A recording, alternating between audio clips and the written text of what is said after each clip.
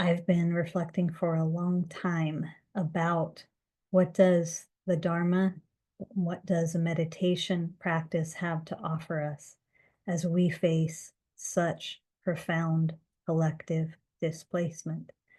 And I also will name that I'm here today from the big island of Hawaii, where after 3.5 months of moving almost every week to a different place, my husband and I, living out of a suitcase, letting friends and community hold us, which we've been grateful for since we lost our everything in the hurricane.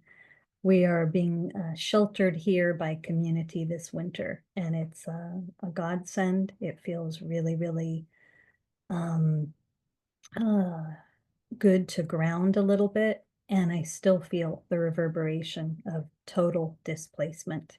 And so even when I set up to teach, there's always a missing of the teaching space I had at home and the trust I had in that space.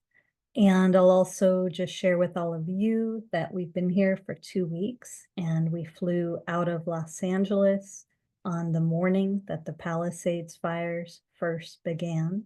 Los Angeles is where I grew up.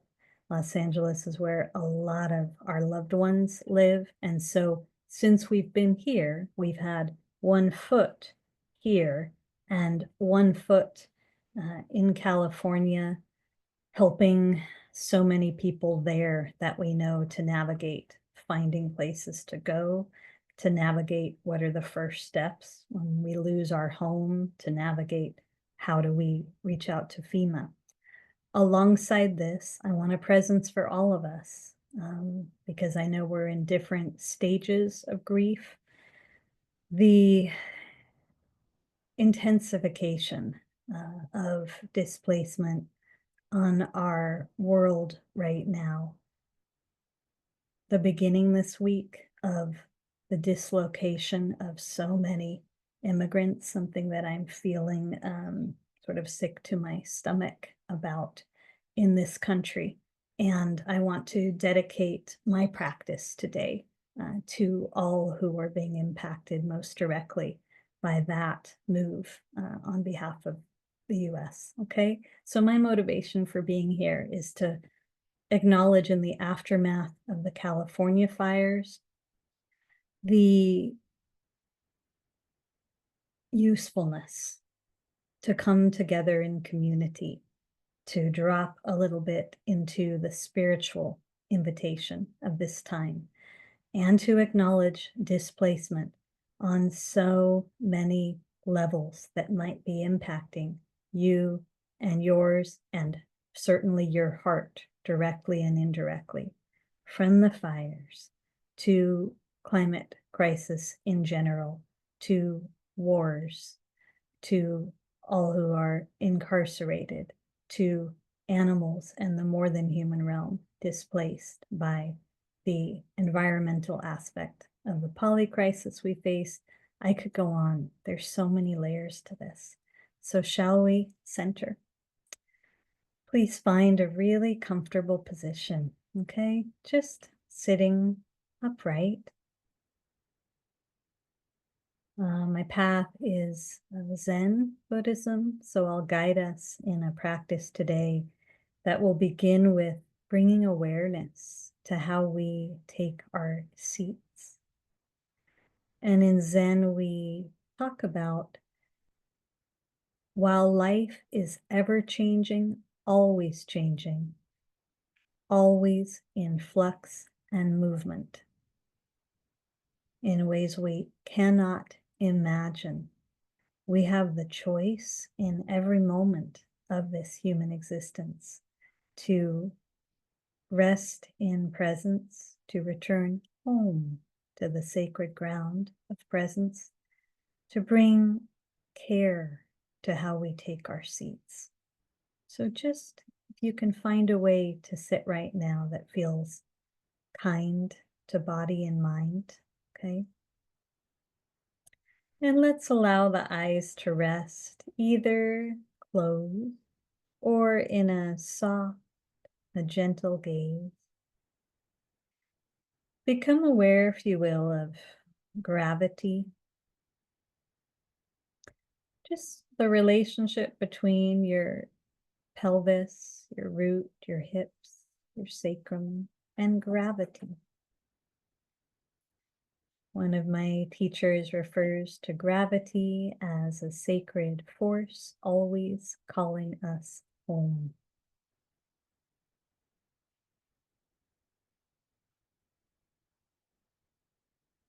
Allow the shoulders to soften, to relax.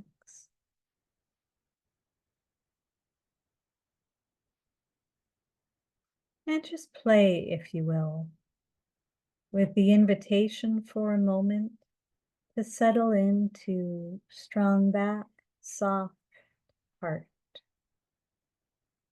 Strong, supportive back, soft heart. And here, let's take in 3 of the deepest and slowest breaths we've taken today.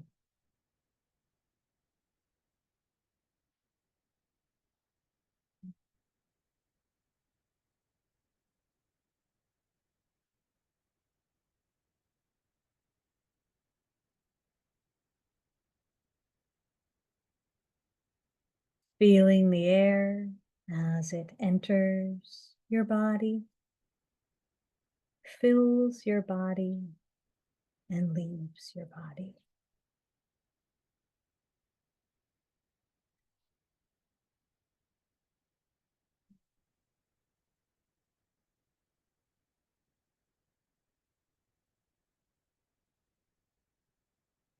And beginning to allow breath to return to its organic rhythm.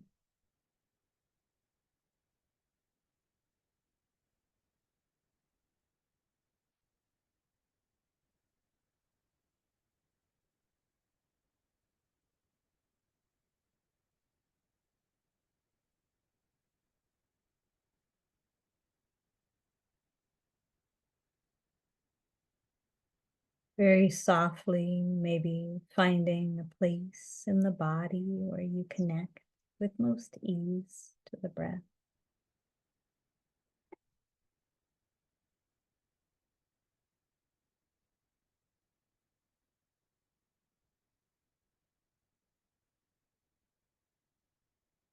Noticing a kind of gentle anchoring,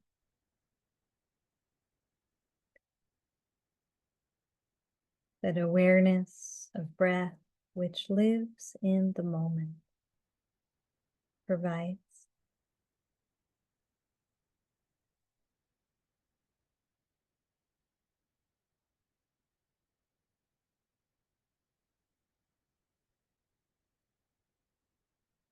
Allow your awareness to rest in a soft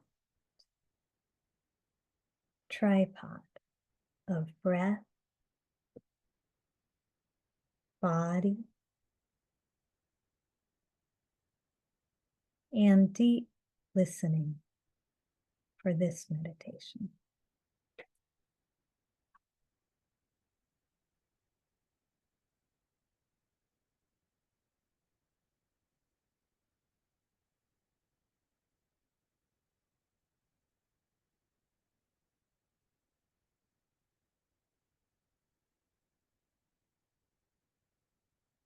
Not trying to solve or fix anything.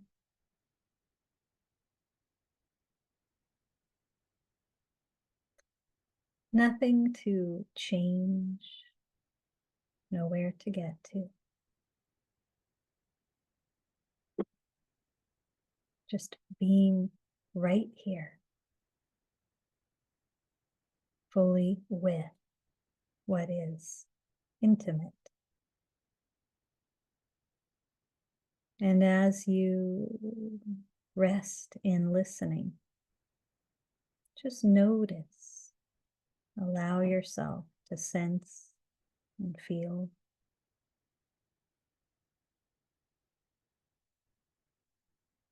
Whatever is moving through the inner landscape today.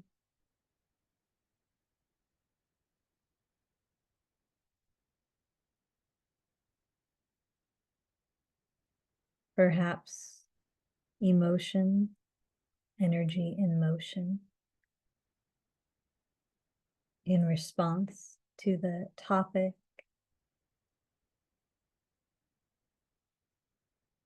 that we're holding today.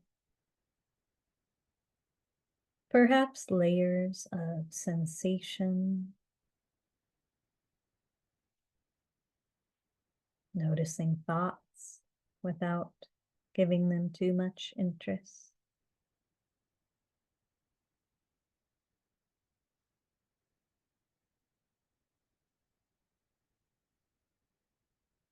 Just being with the deeper undercurrents of the body mind right now.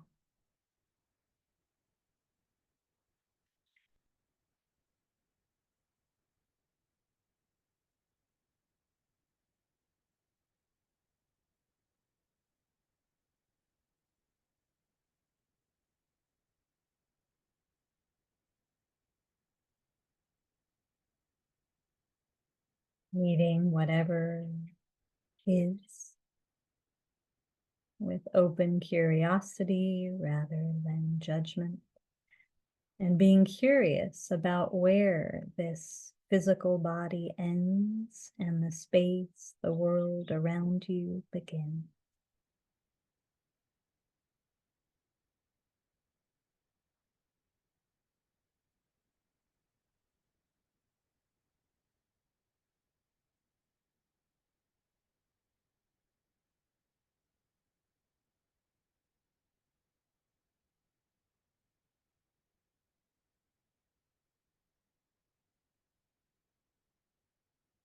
Aware, receiving the inner and outer landscape at the same time. Just noticing the soundscape, the energy and feeling tone of the space surrounding you, temperature, touch of air on skin.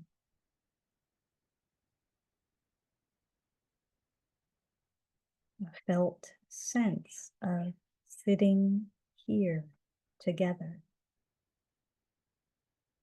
even through Zoom.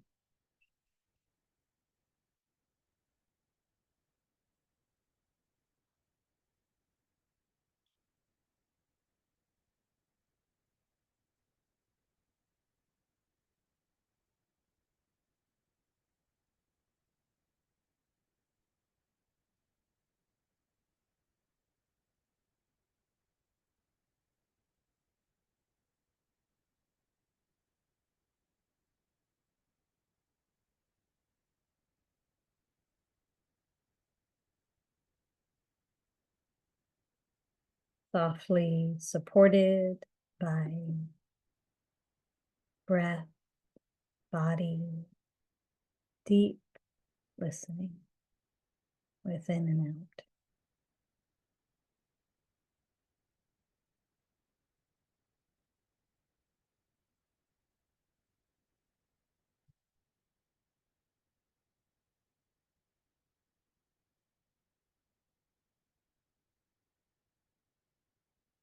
Suzuki Roshi, who brought Zen to the United States, said that calmness of mind is beyond the end of your exhalation. So if you exhale smoothly without trying to exhale, you can enter into the complete, perfect calming of the mind.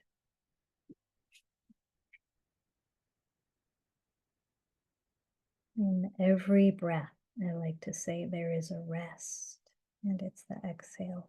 So let's take a few minutes to simply rest here together.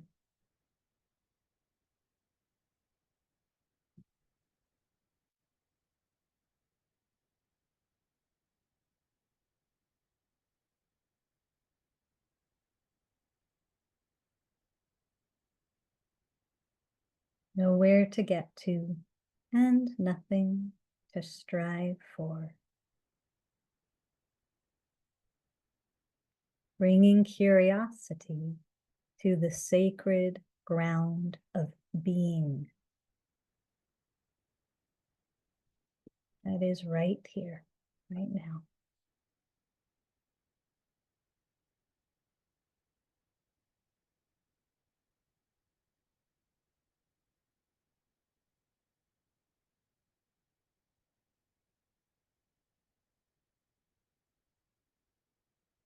Allow yourself to be aware of that which is ever changing, thoughts, sensations, emotion, movements, and that which is unchanging.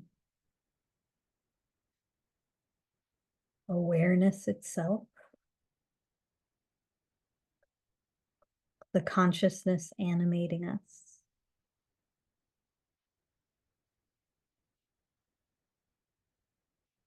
You might experience this as the ground of being, through which everything arises and to which everything returns.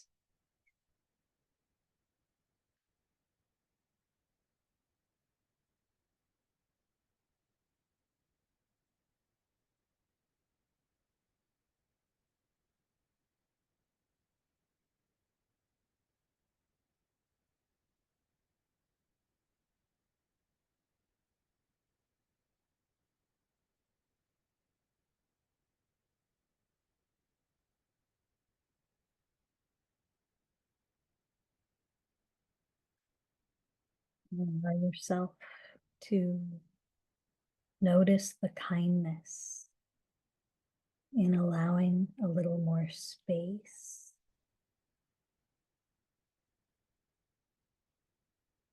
to hold us in meditation, inviting a little more space into our experience.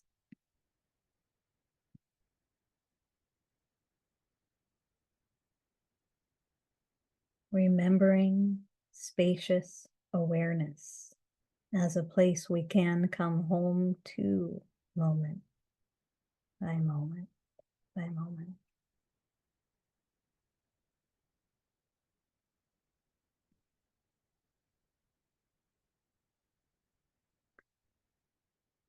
And I'd like to offer a poem here by Rilke that you're invited to simply take in through your body, mind, to receive, to notice how it impacts you. This poem is called "Let This Darkness Be a Bell Tower." And I'm so sorry in my still waking up hours. It's Rilke. Quiet friend who has come so far. Feel how your breathing makes more space around you. Let this darkness be a bell tower, and you, the bell. As you ring, what batters you becomes your strength. Move back and forth into the change. What is it like, such intensity of pain? If the drink is bitter, turn yourself to wine. In this uncontainable night, be the mystery at the crossroads of your senses. The meaning discovered there. And if the world has ceased to hear you, say to the silent earth, I flow. To the rushing water, speak, I am.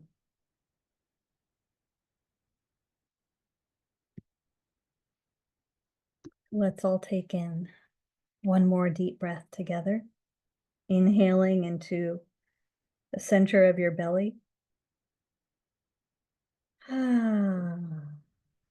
Let's do that again. If you'd like to, sigh out loud as you exhale.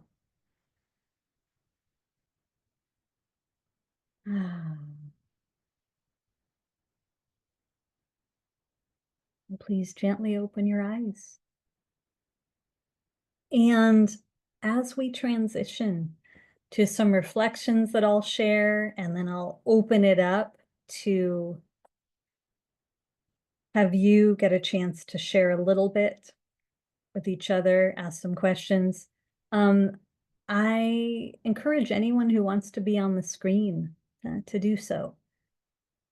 We can create community, which we all need, which is actually the most important medicine we have access to today in many ways. It's not a requirement to visually get to see one another, but it is an invitation if you are willing. So thanks for being here. And I'm going to just say up front that my heart aches for all of you who have been most directly impacted by the California fires, and for all of us collectively that are witnessing, that are bearing compassionate witness to displacement on so many levels in our world right now.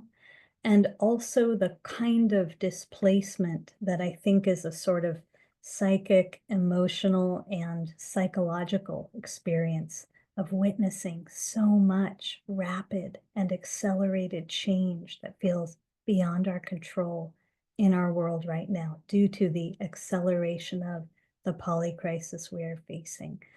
Just curious how many people resonate with what I just shared and can feel that sense of a kind of displacement just through the disorientation of change. How many people here, and I might invite you before we go further, share in the chat box, have been displaced yourself physically or impacted directly just by being in that vicinity, the California fires, because that's one of the circles of displacement in a series of concentric circles that we can presence today.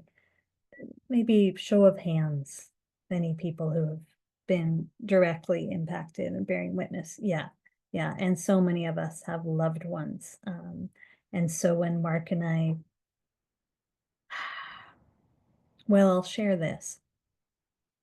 On September 27th, in a morning that we were simply preparing for a storm, like we've had many storms in the mountains where we lived, and had received not one word or encouragement that it was going to be a bigger storm in Black Mountain where we were based, or that we needed to evacuate. Very quickly that morning, it had the dial turned up in such a way that we recognized we were in a life-threatening, dangerous situation beyond anything we had experienced in our life. And within an hour, our entire house had been torn down by the storm.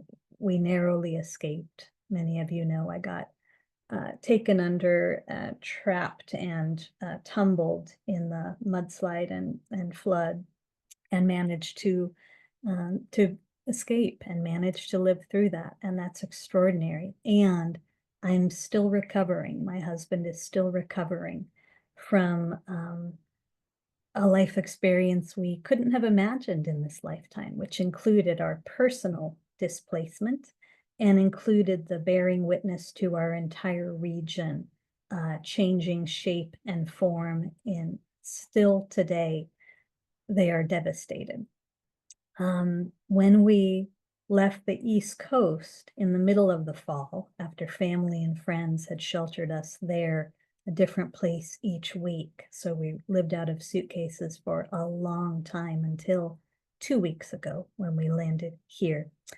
The last day of our trip on the East Coast, there were 8 fires in New Jersey in November, where it was 80 degrees, unfathomable, and yet another instance of the climate events that are accelerating.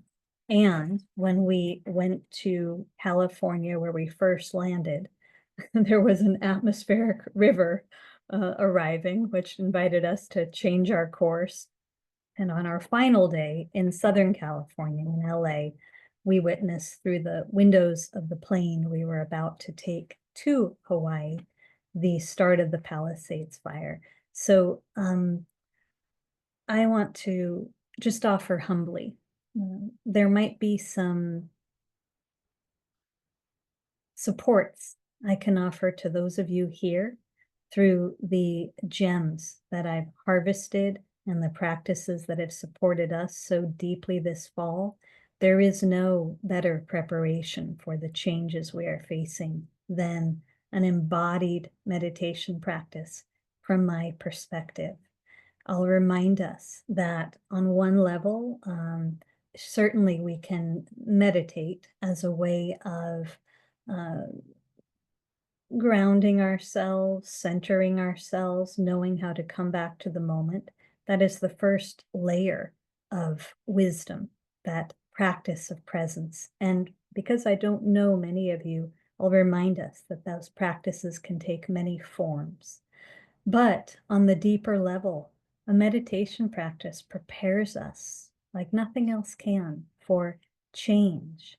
It prepares us for reality.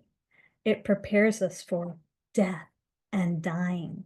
And from the moment we are born, we are in a process of dying. It is not something any of us can escape. So just to pause, to take in a deep breath,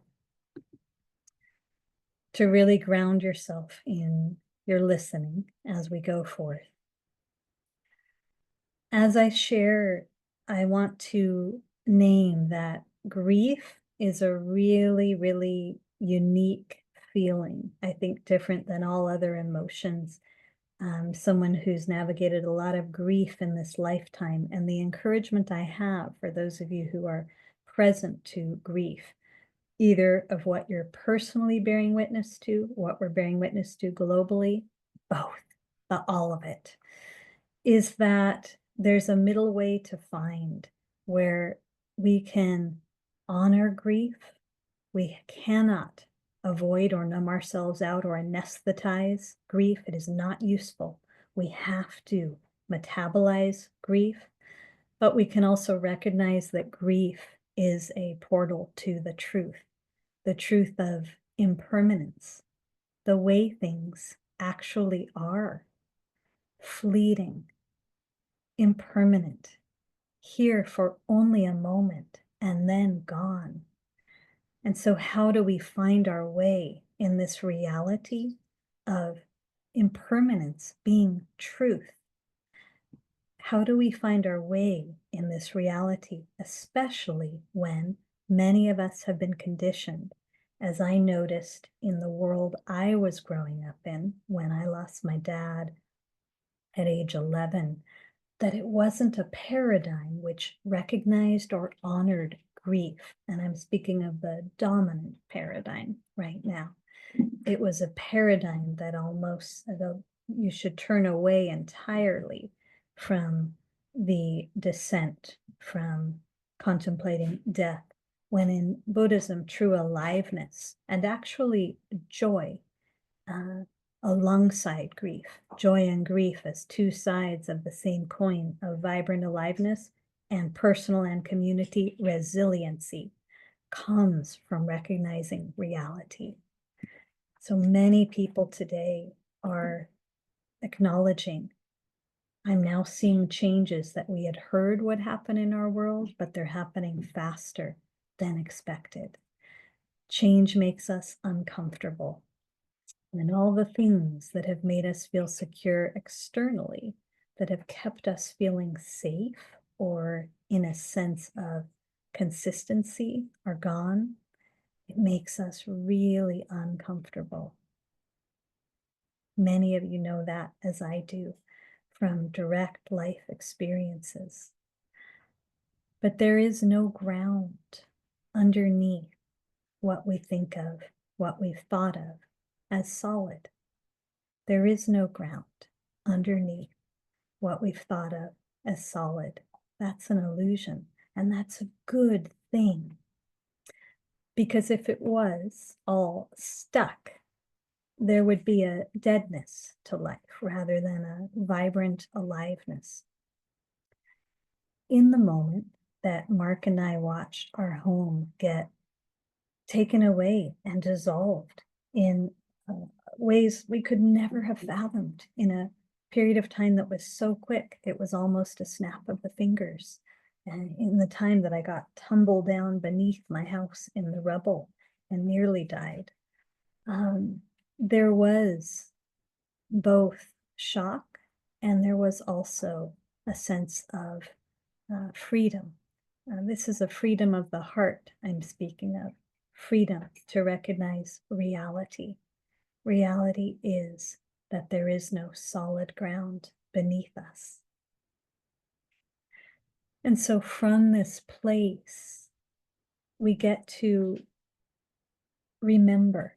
It's not even a practice of cultivation, it's really a remembering how to ground in groundlessness, how to be intimate with the fluidity and motion of life in a way that is more heart-based and more permeable than when we're in a fixed sense of separate self. So just to pause and invite, if you can touch this in your own experience, perhaps to nod or raise hand. Just the question I'm curious about is how many of you are aware of, even though there's a knowing that these walls, for instance, that are sheltering me right now are not here forever, even though there's a knowing that this being does not stay one age forever, still the kind of shock or surprise continually for the human being who's bearing witness and still feeding the illusion of a stuckness. Anyone? And so the freedom, I want to speak to this for a moment. In the very same moment that we watched everything get washed away in our lives, and it felt devastating, devastating. And I'm still today, just yesterday, I said to my husband, you know, even today, I can touch the resentment of how much bureaucracy I still have to deal with, as I was on the phone for hours yesterday dealing with a particular post-hurricane bureaucracy. And even today, like over 3 months later, I can feel the sort of insecurity of even like teaching always in a different space where I had this sacred space office that took me years to have a home, something I had always wanted. It was our first home that we had purchased, and the gardens there, we were in intimate relationship. So alongside the human experience of still feeling loss, I miss my community there so much. I was ripped away from my intimate community, from my neighbors. Alongside that, a deep sense of freedom to be put even more in touch with the reality of being human and of being alive today. I want to pause and remind us that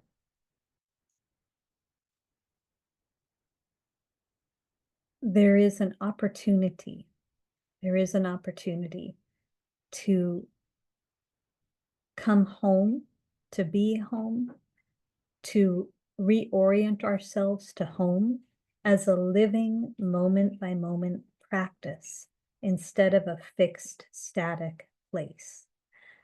My friend Ethan Nichtern, Tibetan Buddhist teacher, in his book, The Road Home, says the shift that's needed now is from being a commuter, one transfixed constantly by the idea of arriving home, okay, to a refugee, one who is aware that home is nowhere and everywhere, constantly arriving and constantly thrown out.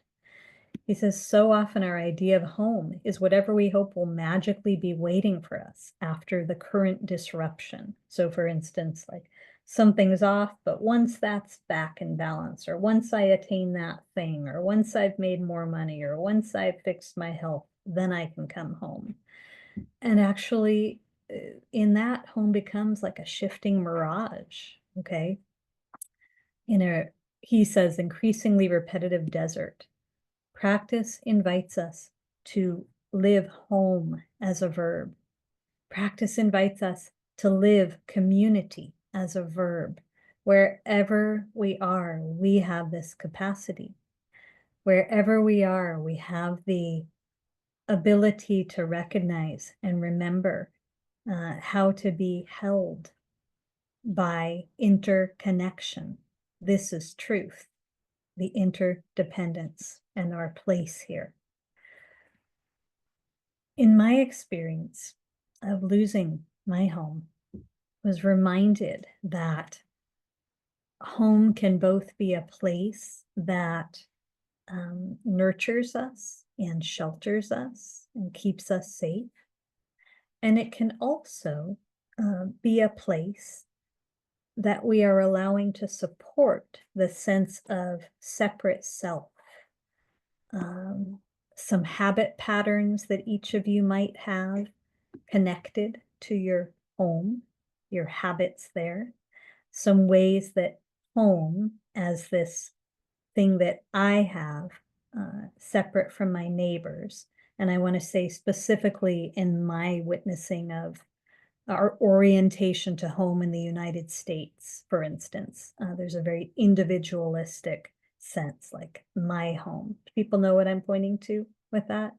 So when I was growing up, my first experience of bearing witness to displacement collectively is that my mother is an activist, social justice activist, and she took on from a calling in her heart, finding creative solutions for the systemic homelessness epidemic, which is still ain't even bigger today due to shifts in politics, but even then was a tremendous, devastating field to bear witness to in Los Angeles and so many other places. Yeah.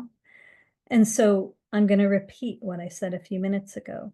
Home as a verb, as a living practice of coming home to this moment and offering this to others, to whatever beings, recognizing that tomorrow isn't our business. It's not. We know nothing about tomorrow.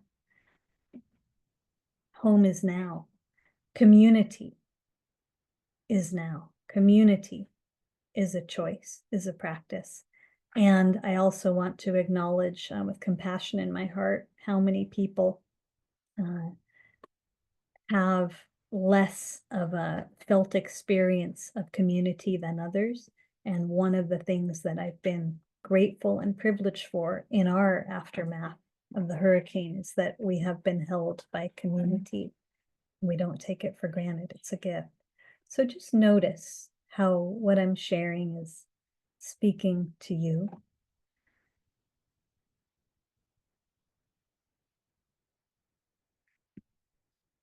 Collectively,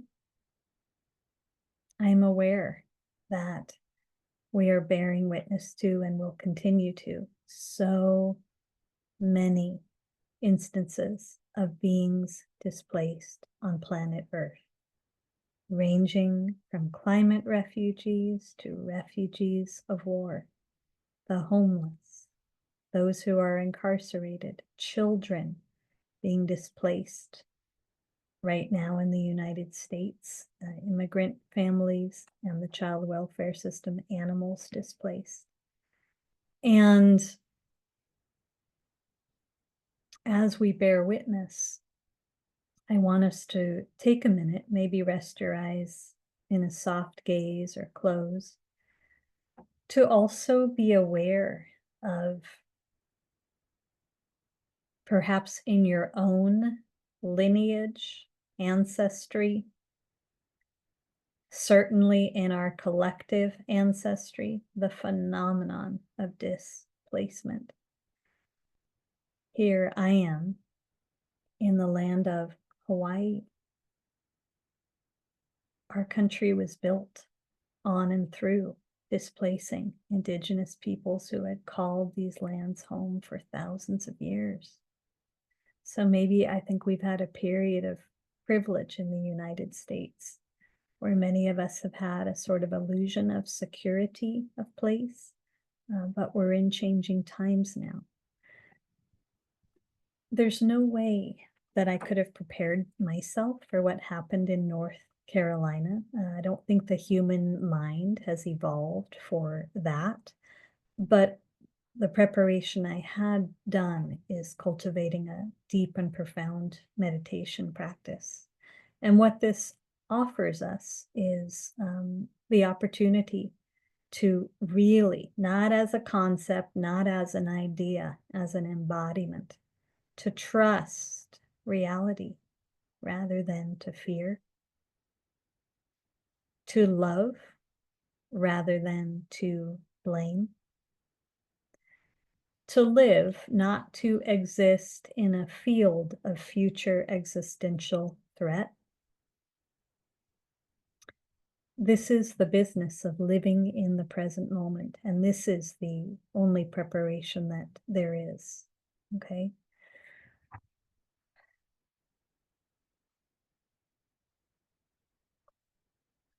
So I want to offer a few practical encouragements. And the first is,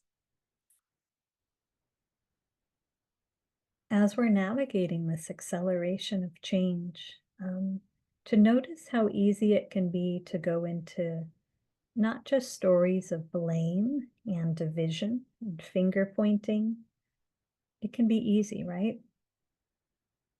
But to really look for the place beyond division, presence, experientially opens us up to a sense felt, known, and true of in this together. And division doesn't taste good from that place. Division does not present itself as the only option. Division doesn't really carry weight in the face of known unity. Likewise, the place of presence opens us up to an awe that can be really, really helpful. I felt in my heart of hearts with childlike wonder, absolute awe for Hurricane Helene, absolute awe for nature's might. I feel the same for the fires which have ravaged through so many lands in California that I have loved and spent time in this lifetime, and homes of loved ones that have been lost, that have been decimated. When we remember our awe for Mother Nature, we can really learn from and embody more deeply the teachings of holism, that everything is a whole, everything. And so, of course, if we're practicing fracking on one side of the globe, the impact of the earth of war on another part of the planet, I could go on and on and on. There is a tipping point. There is a tipping point. And I think for many of us, there's a sobriety happening right now, and I hope it can be a compassionate, heartfelt, loving sobriety of what does it mean to be living through the tipping point. Not just one, there will be multiple. But this also opens up the teachings of accountability for responsibility and conscious response. So I find that such a beautiful thing. It nourishes my soul every time I contemplate that we're responsible for everything we do, that how we walk in the world has effect, that we have a choice in each moment for how we impact, that there are consequences. That lights me up, okay? Because it informs and deepens our knowing that we are not separate and the courage with which we can love, okay? I also want to encourage people to really acknowledge that the invitation of so much changing at once, okay, is an invitation of celebrating who and what we really are, who and what we actually are, rather than waiting for someday. Being who and what we actually are, rather than waiting for someday. So in the aftermath of the hurricane, and I know those of you who are close in to the California fires are witnessing this there, our region might have been a little bit unique. That's what a lot of the relief people who came through said they were seeing an example in Western North Carolina. And I'm not, what we witnessed was a level of benevolence and a level of service and a level of, I know what matters now. Everyone is my neighbor. No one left out. Everyone has needs. I'm here. I can offer and I can receive too. We are in this together. That is true nature. I'll just be honest. I don't know when my time will be to die, but I witnessed something in the aftermath of that hurricane that the closest experience I have of it before is my life at a Zen Buddhist monastery. It's what happens when a collective shows up in truth. And truth is, life is impermanent and service is our greatest source of truth and joy. And so how is that manifesting for each of you? What's alive for you when I presence that?